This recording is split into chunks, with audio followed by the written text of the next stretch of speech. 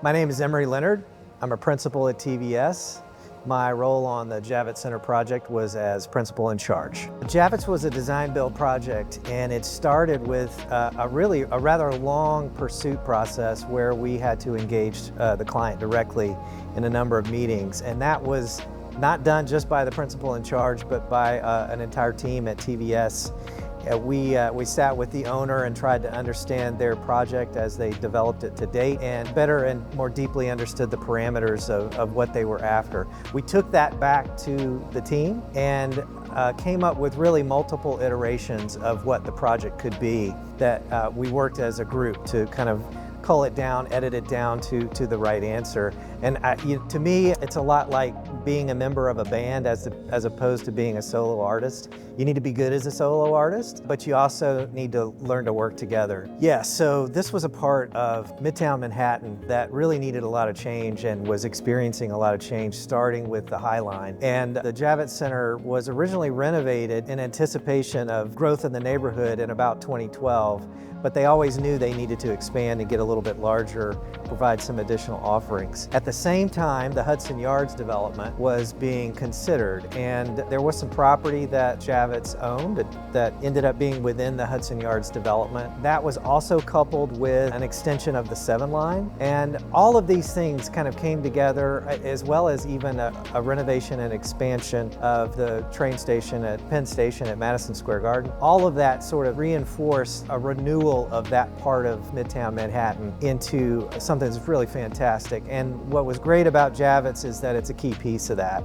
It really brings a lot of people from the region, from the nation, internationally, to a part of Midtown Manhattan that really has some really great assets, some really fresh perspective on what it's like to be in New York. The rooftop of Javits was a really interesting and key element to the overall project, and I think the client had a stroke of genius in that they wanted to create something that was surprising, right, within a larger, dense, urban New York City environment. They wanted their guests to have a surprise, and the surprise was a rooftop garden. And existing Javits already had a pretty extensive green roof. They had beehives, they had bird sanctuaries, they had burr-proof glass, glazing, and they asked us to really take that to another level. And with the idea of a 1-acre rooftop farm that would be tended by farmers and produce food that could then be used in the facility was really a unique proposition for that project. Javits is really a building that, it's not a building that you stare at. It's a building that you go in and you interact with and you look out from. I mean, one of the best assets that Manhattan has is its urban skyline and how people experience that, how they want to get up high maybe and experience that. And so the building was really designed around those kinds of views. And the rooftop is no different. It's an opportunity for folks to get outside, look around, be surrounded by the high-rises, the skyscrapers that are all in Hudson Yards and even the ones beyond, and be a part of that environment and be outside, also be in a green space, all at the same time. Any type of event facility like Javits, food is critical. It's a big part of their business, but it's also a key piece of the guest experience. And so how do these venues support that, the desire of their clients to have a really memorable experience? Really, this is what really started this idea. And so we had to understand how to grow a 1 acre's worth of food on the top of a roof in Midtown Manhattan. And the first thing is get a good farmer, which they did. We sat in on the selection of the farmer, Brooklyn Grange, for that portion of the project, and got their input on what they needed in terms of soil depth. Soil and water weighs a lot, so we had to think about that on top of the building.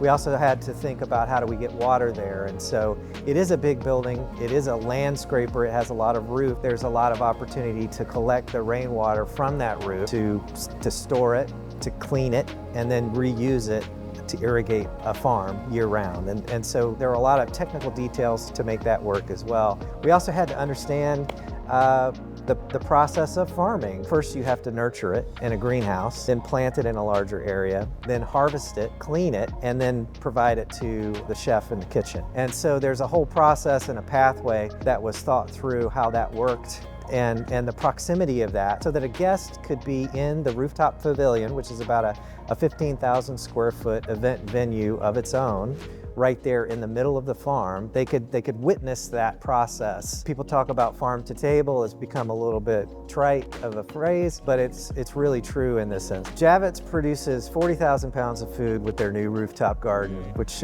we consider a very successful design approach to that farm to table that we all like to talk about and enjoy ourselves. The large-scale events, really, that's what the building is all about. That expansion of the convention center was intended to give the Javits folks a true ballroom experience, a meeting room experience. The rooftop was really a benefit of just the configuration of the building, and that adds to that ballroom meeting room experience. And the ballrooms and meeting rooms are really intended for that collaboration, learning for their clients that host events in the facility, and to engage each other around food, around lectures, those kinds of events. And so we work to try to place that type of activity also within the farm so that the two could work together.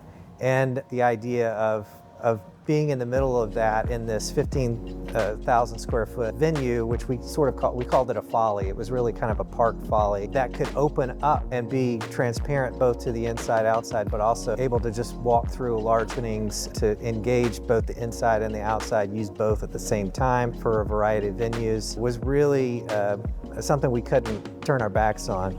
In addition, the farm overlooks the Hudson River, so there are a lot of ways to really use the space and engage the greenery and the bees that are adjacent on the rest of the green roof. Really unique experience. It's really the only place in Midtown Manhattan where you can do something like that at that scale. The work we do, it's often a struggle for us to make a clear separation between front of house and back of house. The back of house folks, they need to be able to work with acoustic separation, the messiness, the loading, the unloading. They do all the hard work that goes on behind the scenes, keep that behind the scenes and out of the guest experience. So when we're arranging these parts, we try to do it in a way that allows that to happen. So the folly has a direct connection to a kitchen, so the space is discreetly serviced from behind the scenes. But at the same time, what was interesting about this is we did need to pull the scenes out and into the public a little bit more. They needed to see the farm,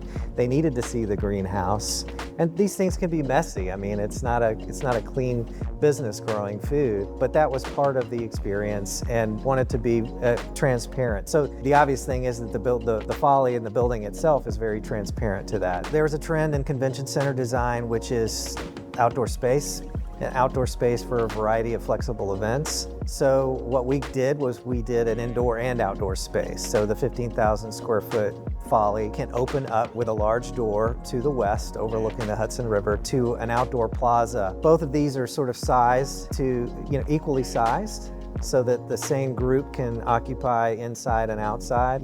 There are a lot of technical aspects to that. You're on a roof, you need to safely exit the roof, so we have some discreetly located stairwells that don't get in the way of the view. They're actually recessed down into the building below. There is that back of house support food service that can service both the indoor room and the outdoor room very discreetly. The two needed to work together, and the intent was to have even the interior design of the folly such that the room could be open to the elements, and it wasn't a highly decorated room. It was a very flexible room that could be open to the moisture of the Hudson River if that's what was desired, open to a warm day or even a slightly cool day, but still allow that ability to move inside and out and really on a shoulder season create a really fantastic venue. So Javits had a bird problem. It was very reflective. They were hurting a lot of birds, and that was really the genesis for an approach to sustainable design in the renovation that occurred prior to us expanding the building. Now it is a sanctuary for more than 100 bird species traveling north to south. But that led us to to doing the farm on the top of the building to add to what was already a very green rooftop in that part of Manhattan. And now actually, if you popped up in a drone and looked down on the building, it's almost like a smaller but second Central Park in the sense of the amount of green that you can see from the air as compared to the rest of the urban environment. Lasting impressions for guests, I hope they leave with a little bit of a surprise. Like I didn't expect to have this on top of the roof. I didn't expect to see a farm where they're actually growing the food that I ate. I didn't expect to see so much of, or have such a great vantage point of seeing the rest of the skyline around Manhattan and Hudson Yards, and didn't expect such a fresh and new neighborhood community area within Midtown Manhattan.